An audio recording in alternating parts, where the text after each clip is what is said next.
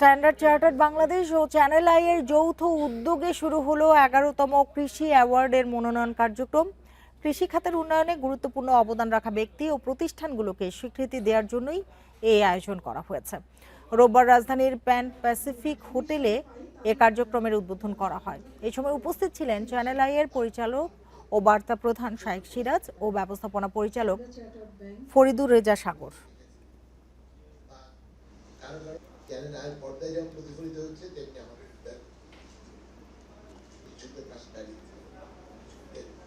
এই যে এত শ্রম ঘাম এত কষ্ট করে যে মানুষগুলো, যে বিজ্ঞানীরা, যে এক্সটেনশন অফিসাররা কৃষি কাজ করে আমাদেরকে এখানে এনেছেন, অ্যাওয়ার্ডগুলোর উদ্দেশ্যটাই হচ্ছে এর ভেতরে যে এদেরকে খুঁজে বের করা।